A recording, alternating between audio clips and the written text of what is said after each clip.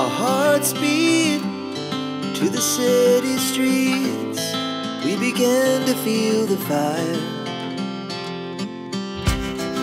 We rise like tall buildings as the chemicals they take us higher. The night's young and it's just begun as she puts her hand in mine.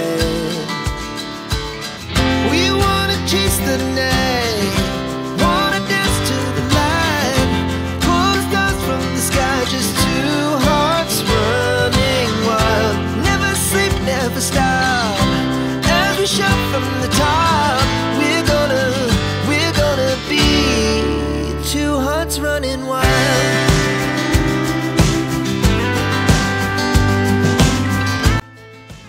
আজকে আমি তোমাদের সঙ্গে share করব পনির ঝালফ্রেজি। রেস্টুরেন্টে কিন্তু এটাকে side dish হিসেবে খাওয়া হয়, কিন্তু আমরা খুব সহজেই এটাকে ঘরে বানিয়ে ফেলতে পারি। এই পনির ঝালফ্রেজিটা খুবই সুন্দর হয় খেতে। যারা কোনোদিনও খাওনি, বাড়িতে খুব চটপট জলদি জলদি কিন্তু এটা তৈরি করে নিতে পারবে। দেখে নাও, পনিরের টেক্সচারটাও এরকমই রয়েছে। তো চলো আমি দেখিয়ে দিই আমি কি করে পনির ঝালফ্রেজিটা তৈরি করলাম। সঙ্গে থাকো, দেখতে থাকো, তাহলেই বুঝতে পারবে পুরোটা। নমস্কার বন্ধুরা, আমি শতাব্দী। তোমরা সবাই কেমন আছো? আশা করি সবাই ভালো আছো, সবাই সুস্থ আছো। তো আজকে আমি তোমাদের সঙ্গে যে রেসিপিটা শেয়ার করব সেটা হচ্ছে পনির ঝালফ্রেজি। পনির ঝালফ্রেজির জন্য দেখো না, আমি এখানে আমার পরিমাপ মতন পনির নিয়ে নিয়েছি, আর সেটাকে আমি এরকম লম্বা লম্বা পিস করে কেটে নিচ্ছি। ঠিক এই মাপেই কাটতে হবে, একটু বড় বড় থাকবে। চাইলে তোমরা মধ্যখান দিয়ে কেটে দু টুকরো করে নিতে পারো এখান থেকে কেটে। আমার হাতটা অবশ্যই ভালো করে ধোয়া আছে, কারণ এটা একটা হেলদি হ্যাবিট। আমি সম্পূর্ণ পনিরটাই এরকমভাবে কেটে নেব। রুটি বা লুচি বা পরোটার সাথে খেতে এটা খুব ভালো লাগে। এমনি সামান্য সাইড ডিশ হিসেবেও তোমরা খেতে পারো এটাকে। দেখো আমি যেরকম বলছিলাম, আমি পনিরটাকে মাঝখান থেকে দু টুকরো করে নিয়েছি, কারণ কড়াইতে দিলে এটাকে নাড়তে অসুবিধা হবে, সেই জন্য আমি এই সাইজটা করে নিলাম। আর নিয়ে নিয়েছি দেখো এখানে একটা টমেটো, আমি এরকম পনিরের মতনই লম্বা লম্বা করে কেটে নিয়েছি কিছুটা মোটা করে কেটে। পেঁয়াজটাকে একটু মোটা মোটা স্লাইস করে নিয়েছি আমি। আর এখানে রয়েছে একটুখানি লাল ক্যাপসিকাম, হলুদ ক্যাপসিকাম, সবুজ ক্যাপসিকাম, আর এখানে পনিরটা রয়েছে। আর এখানে আমি আদাটাকেও লম্বা লম্বা ঝুড়ি ঝুড়ি করে কেটে নিয়েছি। আর বাকি মশলাগুলো আমি তোমাদের রান্না করতে করতে দেখিয়ে দিচ্ছি। আমি একটা ফ্রাইং প্যান বসিয়ে নিয়েছি। দেখো এখানে আমি একটু পরিমাণ মতন তেল দিয়ে নেব।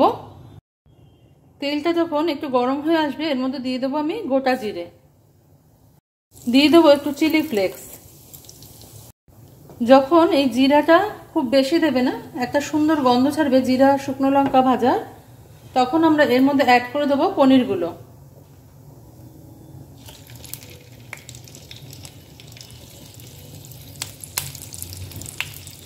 পনির তো এমনিতেই খুব নরম হয়, একটু সাবধানে এটাকে ভেজে নিতে হবে আমাদের।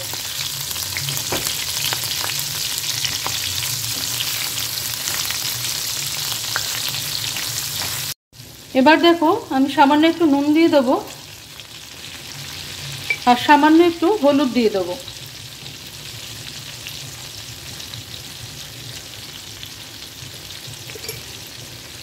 দিয়ে ভালো করে নাড়িয়ে নেব, যাতে পনিরের গায়ে হলুদটা আর নুনটা লেগে যায় ভালো করে।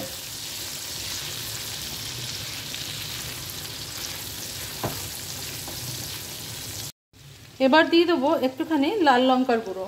এই ঝালটা যে যার নিজেদের পছন্দ মতন দেবে, ঝাল নুন এগুলো যে যার নিজেদের টেস্ট অনুযায়ী দিয়ে নেবে। তো এটা দিয়ে আমি কিন্তু এই সময় ফ্লেমটাকে লোতে রেখেছি। খুবই সাধারণ ইজি একটা রেসিপি আজকে আমি তোমাদের সঙ্গে শেয়ার করছি। পেঁয়াজটা দিয়ে দিলাম, ক্যাপসিকামগুলোও দিয়ে দেবো, 3 রকমের ক্যাপসিকাম যেটা আছে, আদা কুচিটাও দিয়ে দেবো, আর দিয়ে দেবো সামান্য একটু লঙ্কা কুচনো। লঙ্কা তো আমরা দেখো দু রকম ভাবে ব্যবহার করলাম, একটা লাল লঙ্কার গুঁড়ো, একটা শুকনো লঙ্কা, মানে চিলি ফ্লেক্স, আর একটা হচ্ছে কাঁচা লঙ্কা কুচি।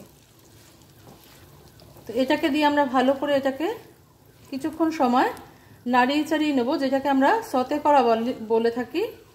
তো সতে করে নেবো কিছুক্ষণ সময়। এই সময় ফ্লেমটাকে কিন্তু আমরা হাইতে করে দেবো। Our hearts beat to the city streets.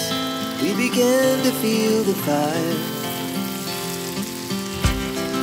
We rise like tall buildings as the chemicals they take us higher. দেখো পেঁয়াজগুলো যখন নরম হয়ে এসছে, সবজিগুলো নরম হয়ে এসছে, এই সময় আমি এর সঙ্গে মিশিয়ে দেবো খুব সামান্য পরিমাণে একটুখানি গরম মশলার গুঁড়ো।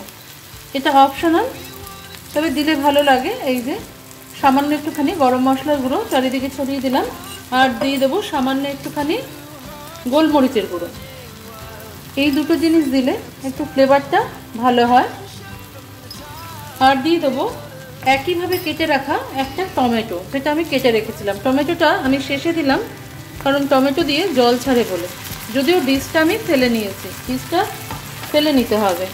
এটা দিয়ে মিনিট 5-7 একটু নাড়াচাড়া করলেই কিন্তু আমাদের এটা হয়ে যাবে। তবে নামাবার আগে আমি আরেকটা জিনিস অ্যাড করব, সেটাও তোমাদের দেখিয়ে দিচ্ছি।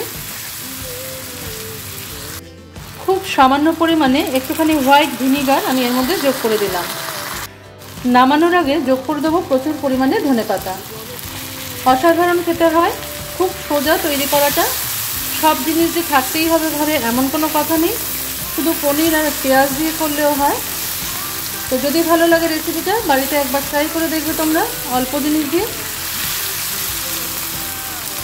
তো আমার এটা রেডি হয়ে গেছে। আজকে তাহলে এই পর্যন্তই বন্ধুরা, দেখা হচ্ছে পরের দিন অন্য কোনো রেসিপি নিয়ে তোমাদের সঙ্গে। তোমরা সবাই ভালো থেকো, সুস্থ থেকো।